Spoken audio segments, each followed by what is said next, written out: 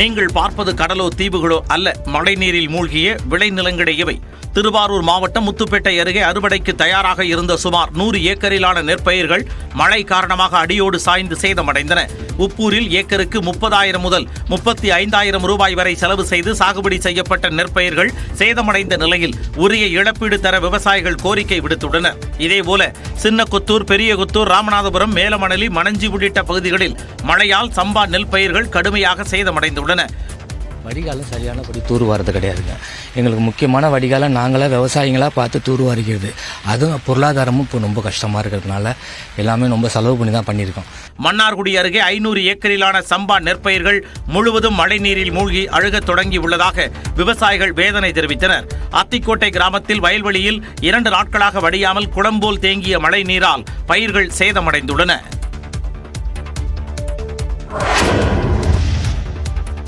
நாகை மாவட்டம் வேதாரண்யம், தலைஞாயிறு உள்ளிட்ட பகுதிகளில் மழையால் பாதிக்கப்பட்ட விவசாய நிலங்களை அமைச்சர் அன்பில் மகேஷ் பார்வையிட்டார்.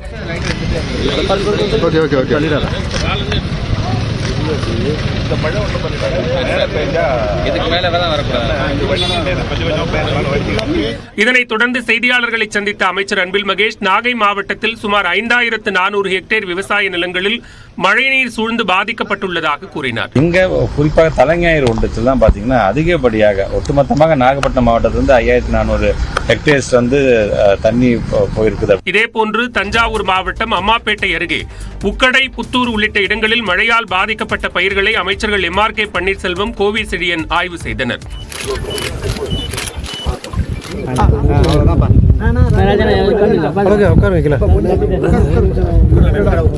பின்னர் செய்தியாளர்களை சந்தித்த அமைச்சர் பன்னீர்செல்வம், மாநிலம் முழுவதும் மழையால் சுமார் 32,000 ஏக்கரிலான நெற்பயிர்கள் பாதிக்கப்பட்டுள்ளதாகவும் அதற்கு உரிய இழப்பீடு வழங்கப்படும் என்றும் தெரிவித்தார். அது பயிரினுடைய பாதிப்பு கிட்டத்தட்ட 33% அளவிற்கு பாதிப்பு ஏற்பட்டிருந்தால் அதற்கு உரிய நஷ்டஈடுகள் வழங்குவதற்கு அடிப்படை கணக்கெடுக்கின்ற பணி நடந்து கொண்டிருக்கிறது. தஞ்சாவூர் மாவட்டத்தில் மட்டும் சுமார் 2,500 ஏக்கரில் நெற்பயிர்கள் பாதிக்கப்பட்டுள்ளதாகவும் அமைச்சர் பன்னீர்செல்வம் கூறினார். வடகிழக்கு பருவமழையால் பயிர்களுக்கு ஏற்பட்ட பாதிப்பு குறித்து ஓரிரு நாளில் கணக்கெடுப்பு தொடங்கும் என்று உழவர் நலத்துறை அமைச்சர் MRK பன்னீர்செல்வம் தெரிவித்துள்ளார். இது தொடர்பான அறிவிப்பில் நாகை, மயிலாடுதுறை, தஞ்சாவூர், திருவாரூர் மாவட்டங்களில் மொத்தம் 31,853 ஏக்கர் விளை நிலங்களில் மழைநீர் சூழ்ந்திருப்பதாக தெரிவித்துள்ளார். வேளாண்மை, தோட்டக்கலை துறைகளைச் சேர்ந்த 5,908 பணியாளர்கள் களத்தில் உள்ளதாகவும் தேவையான ரசாயன உரங்கள் தனியார் கடைகள் மற்றும் கூட்டுறவு கடன் சங்கங்களில் இருப்பு வைக்கப்பட்டுள்ளதாகவும் அவர் தெரிவித்துள்ளார். பயிர் பாதிப்பு நிலவரங்களை மாவட்ட வேளாண் இணை இயக்குநர்கள் கண்காணித்து வருவதாகவும் 33% மேல் உள்ள பயிர் பாதிப்பை கணக்கீடு செய்து உரிய நடவடிக்கை மேற்கொள்ளப்படும் எனவும் அமைச்சர் MRK பன்னீர்செல்வம் தெரிவித்துள்ளார். இந்திய வரலாற்றில் பெண்கள் முப்படைகளிலும் பெரும் பங்காற்றி சாதனை புரிந்து வருவதாக குடியரசுத் தலைவர் திரௌபதி முர்மு பெருமிதம் தெரிவித்துள்ளார். 4 நாட்கள் பயணமாக தமிழ்நாடு வந்துள்ள திரௌபதி முர்மு நீலகிரி மாவட்டத்தில் உள்ள வெலிங்டன் ராணுவ பயிற்சி முகாமில் நடந்த நிகழ்ச்சிகளில் கலந்து கொண்டார். உயிர்நீத்த ராணுவ வீரர்களுக்காக வைக்கப்பட்டுள்ள நினைவு தூணில் மலர் வளையம் வைத்து மரியாதை செலுத்தினார். போரில் வீரமரணமடைந்த ராணுவத்தினரின் குடும்பத்தினருக்கு நினைவு பரிசுகளை வழங்கி கௌரவித்தார். இதனையடுத்து வெலிங்டன் முப்படை அதிகாரிகள் பயிற்சி கல்லூரியின் நிகழ்ச்சியில் பேசிய அவர், இந்தியா ஒரு பாதுகாப்பு உற்பத்தி மையமாக திகழ்ந்து வருவதாக கூறினார். I am also delighted to know that there are some women officers among you attending this course. I hope that the number of women officers in this course will rise in the near future. பெண்கள் நாட்டுக்காக சேவை புரிவது பாராட்டுக்குரியது என்றும் அனைத்து துறைகளிலும் பெண்கள் சாதனை படைத்து வருவதாக கூறினார். திருப்பூர் மாநகராட்சியில் அதிமுக உறுப்பினர்கள் கொண்டு வந்த தீர்மானத்தை நிராகரித்ததற்கு அக்கட்சியின் பொதுச் செயலாளர் எடப்பாடி பழனிசாமி கண்டனம் தெரிவித்துள்ளார். திருப்பூர் மாநகராட்சி பகுதியில் சொத்து வரியை உயர்த்துவதற்கு அதிமுக மற்றும் கம்யூனிஸ்ட் கவுன்சிலர்கள் எதிர்ப்பு தெரிவித்து வருகின்றனர். இந்த நிலையில் மாநகராட்சி கூட்டத்திற்கு கருப்பு உடையில் சென்ற அதிமுக உறுப்பினர்கள் அவைக்கு நடுவே அமர்ந்து தலையில் முக்காடு போட்டு தர்ணாவில் ஈடுபட்டனர். இதனையடுத்து அனைத்து தீர்மானங்களும் நிறைவேற்றப்பட்டு கூட்டம் அவசரமாக முடித்து வைக்கப்பட்டது. அதிமுகவினர் கொண்டு வந்த தீர்மானம் நிராகரிக்கப்பட்டது. பின்னர் வெளியே வந்த அதிமுக மற்றும் இந்திய கம்யூனிஸ்ட் கட்சி கவுன்சிலர்கள் மறியலில் ஈடுபட்டனர். அவர்களை காவல்துறையினர் கைது செய்தனர். அவை நடவடிக்கைக்கு குந்தகம் விளைவிக்கும் வகையில் அதிமுக உறுப்பினர்கள் ஈடுபட்டது கண்டனத்திற்கு உரியது என்று மேயர் தினேஷ்குமார் தெரிவித்துள்ளார். அனைத்து இந்திய அண்ணா திராவிட முன்னேற்ற கழகத்துடைய மாமன்ற உறுப்பினர்கள் சபைக்கு குந்தகம் விளைவிக்கக்கூடிய வகையிலும் சபை நடவடிக்கைகளை தடுக்க வேண்டும் என்கின்ற ஒரே நோக்கத்தோடு சொத்து வரி உயர்வு குறித்து பேச வேண்டும் என்று கூக்குரலிட்டனர்.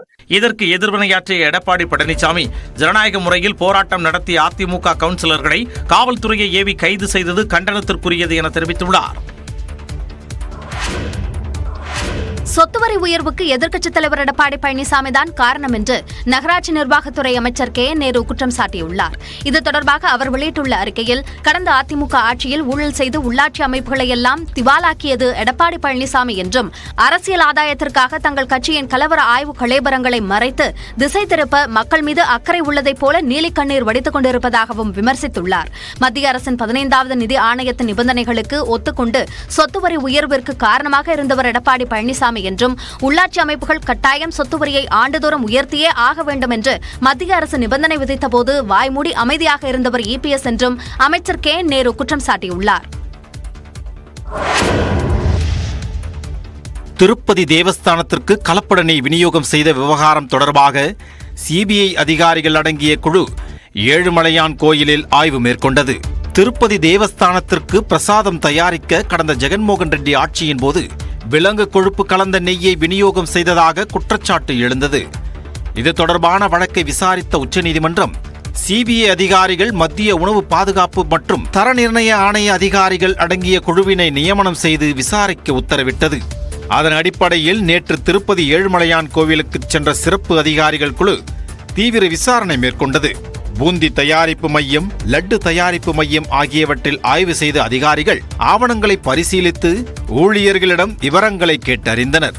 ஏற்கனவே திருப்பதி தேவஸ்தானத்துக்கு நெய் விநியோகம் செய்த திண்டுக்கல் ஏஆர் டெய்ரி நிறுவனத்தில் சிபிஐ தனிக்குழு நேரில் சென்று ஆய்வு நடத்தியது குறிப்பிடத்தக்கது.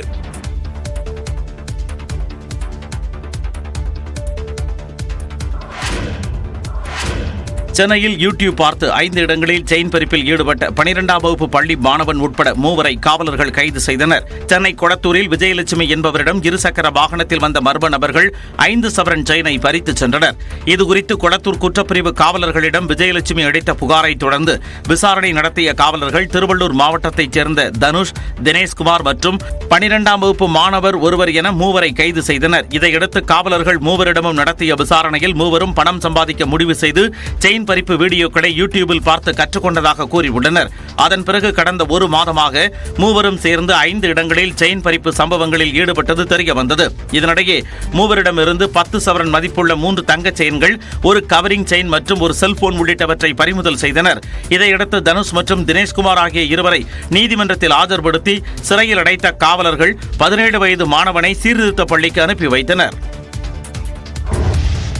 சென்னை மருத்துவமனையில் சிகிச்சை பெற்று வரும் காங்கிரஸ் மூத்த தலைவர் EVKS இளங்கோவனின் உடல்நலம் குறித்து முதலமைச்சர் மு.க. ஸ்டாலின் நேரில் விசாரித்தார். தமிழ்நாடு காங்கிரஸ் கமிட்டியின் முன்னாள் தலைவரும் ஈரோடு கிழக்கு தொகுதி எம்எல்ஏவுமான EVKS இளங்கோவன் உடல்நலக் குறைவால் மருத்துவமனையில் அனுமதிக்கப்பட்டுள்ளார். சென்னை மியாட் மருத்துவமனையில் தீவிர சிகிச்சை பிரிவில் அவர் சிகிச்சை பெற்று வருகிறார். இந்த நிலையில் EVKS இளங்கோவன் உடல்நலம் குறித்து முதலமைச்சர் மு.க. ஸ்டாலின் நேரில் சென்று விசாரித்தார். என்ன சிகிச்சை அளிக்கப்பட்டு வருகிறது என்பது குறித்து குடும்பத்தினர் மற்றும் மருத்துவர்களிடம் கேட்டறிந்தார். அப்போது அமைச்சர் மா. சுப்பிரமணியன், தமிழ்நாடு காங்கிரஸ் தலைவர் செல்வ பெருந்தகை ஆகியோர் உடன் இருந்தனர். பின்னர் செய்தியாளர்களை சந்தித்த செல்வ பெருந்தகை EVKS இளங்கோவன் நல்ல முறையில் மீண்டு வருவார் என நம்பிக்கை தெரிவித்தார். அவர் மீண்டும் குணமடைந்து வருவார். வருகின்ற 9ஆம் தேதி சட்டமன்றம் கூட இருக்கிறது. சட்டமன்றத்தில் அவருடைய குரலை கேட்பதற்கு தமிழ்நாட்டு மக்கள் நாங்கள் எல்லாம் அவளோடு இருக்கிறோம். நுரையீரல் தொற்று காரணமாக கடந்த 1 வாரமாக EVKS இளங்கோவன் சிகிச்சை பெற்று வருகிறார்.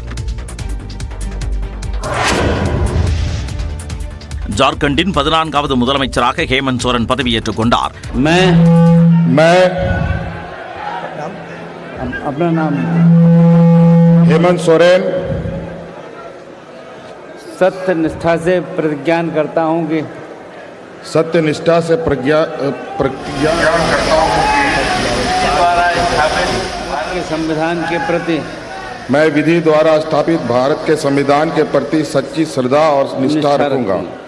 81 சட்டமன்ற தொகுதிகளை கொண்ட ஜார்க்கண்ட் மாநிலத்திற்கு அண்மையில் 2 கட்டங்களாக தேர்தல் நடைபெற்றது. இதில் ஜார்க்கண்ட் முக்தி மோர்ச்சா கட்சி தலைமையிலான கூட்டணி 56 இடங்களில் அமோக வெற்றி பெற்று ஆட்சியை தக்க வைத்துக் கொண்டது. இந்த நிலையில் ஹேமந்த் சோரன் மீண்டும் முதலமைச்சராக தேர்ந்தெடுக்கப்பட்டார். முதலமைச்சர் பதவியேற்பு விழா ராஞ்சியில் நடைபெற்றது. இந்த பதவியேற்பு விழாவில் இந்தியா கூட்டணி தலைவர்கள் ராகுல் காந்தி, டெல்லி முன்னாள் முதலமைச்சர் கெஜ்ரிவால், தமிழ்நாடு துணை முதலமைச்சர் உதயநிதி ஸ்டாலின் ஆகியோர் பங்கேற்றனர்.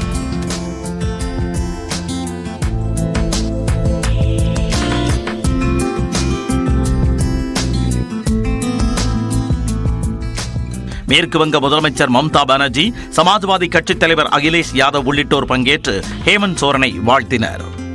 இதனிடையே ஹேமந்த் சோரனுக்கு கருணாநிதி வாழ்க்கை வரலாற்று புத்தகத்தை உதயநிதி பரிசளித்தார். சென்னை மாநகராட்சி சார்பில் ஆண்களுக்கான நவீன குடும்பநல கருத்தடை சிறப்பு முகாம்கள் தொடங்கப்பட்டன. பெருநகர சென்னை மாநகராட்சியின் சார்பில் ஆண்களுக்கான நவீன குடும்ப நல கருத்தடை சிறப்பு முகாம்கள் நவம்பர் 28 முதல் டிசம்பர் 4 வரை நடைபெறும் என அறிவிக்கப்பட்டிருந்தது. அதன்படி சென்னையில் உள்ள 15 மருத்துவ மண்டலங்களில் உள்ள நகர்ப்புற சமுதாய நல மையங்களில் காலை 8 மணி முதல் மாலை 3 மணி வரை குடும்ப நல கருத்தடை சிறப்பு முகாம்கள் நடைபெறுகின்றன. பெண்களை காட்டிலும் ஆண்களுக்கு கருத்தடை சிகிச்சை மேற்கொள்வது எளிமையானது என மருத்துவர்கள் தெரிவித்துள்ளனர். இந்த மாதிரி மதர்ஸ் அவங்களுக்கு இந்த ஹை ரிஸ்க் மதர்ஸ்க்கு இந்த சர்ஜரி பண்றதை விட அவங்களோட வீட்டுக்காரங்க இந்த சர்ஜரி பண்ண அவங்க மேலுக்கு பண்றது ரொம்ப ஈஸி. ஏன்னா அவங்களுக்கு மயக்கம் கொடுக்க போறது இல்லை. லோக்கல்லா அந்த இடம் ஆப்ரேஷன் பண்ற இடத்துல மருத்துவ ஊசி போட்டா போதும். 5-10 மினிட்ஸ்ல இந்த ஆப்ரேஷன் முடிச்சுட்டு அவங்க திருப்பி வேலைக்கு போய்க்கலாம். இந்த கருத்தடை சிறப்பு முகாமில் ஆண்கள் கலந்து கொண்டு பயன்பெற வேண்டும் என மாநகராட்சி கேட்டுக் கொண்டுள்ளது. ஆஸ்திரேலியா சென்றுள்ள இந்திய ஆடவர் கிரிக்கெட் அணி வீரர்கள் ஆஸ்திரேலிய பிரதமர் ஆண்டனி அல்பனீஸை சந்தித்து கலந்துரையாடினர். Good turning. Thank you. Bloody hell. As if we weren't suffering enough at that point. That was just... border Gavaskar கோப்பைக்கான டெஸ்ட் கிரிக்கெட் தொடரில் விளையாட இந்திய அணி ஆஸ்திரேலியா சென்றுள்ளது. பெர்த்தில் நடந்த முதல் டெஸ்ட் போட்டியில் இந்திய அணி அபார வெற்றி பெற்றது. இந்த நிலையில் இந்திய அணி வீரர்கள் கான்பரா நகருக்கு சென்றனர்.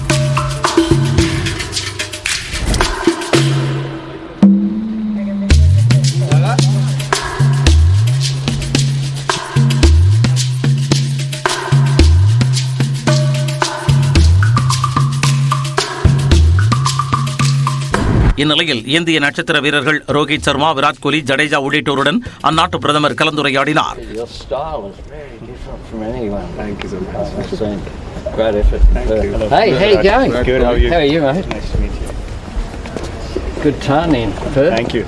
பின்னர் இரு நாட்டு கிரிக்கெட் வீரர்களும் இணைந்து ஆஸ்திரேலிய பிரதமருடன் குழு புகைப்படம் எடுத்துக் கொண்டனர். குழந்தை பிறந்ததால் குடும்பத்துடன் நேரத்தை செலவிட முதல் போட்டியில் விளையாடாமல் இருந்த கேப்டன் ரோஹித் சர்மா மீண்டும் அணிக்கு திரும்பியுள்ளது அணிக்கு வலு சேர்த்துள்ளது. 5 போட்டிகள் கொண்ட டெஸ்ட் தொடரில் இந்திய அணி 1-0 என்ற கணக்கில் முன்னிலை வகிக்கிறது. இரு அணிகளுக்கும் இடையேயான 2வது டெஸ்ட் போட்டி வரும் 6ஆம் தேதி தொடங்குகிறது.